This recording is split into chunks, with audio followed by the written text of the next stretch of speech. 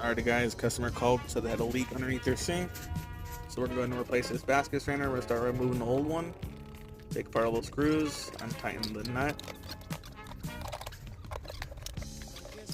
So that's done, we're going to pop out the old basket strainer. As you can see, this one was completely rotted on there, so it took some convincing to get off. Once we got that out, we're going to clean everything up.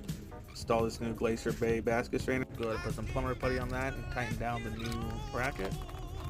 Once that bracket's tightened down, we can go ahead and clean up the excess putty on top. Then we're going to put in the new tailpiece with all the gaskets that it needs, tighten everything down, test everything out. We're all good to go.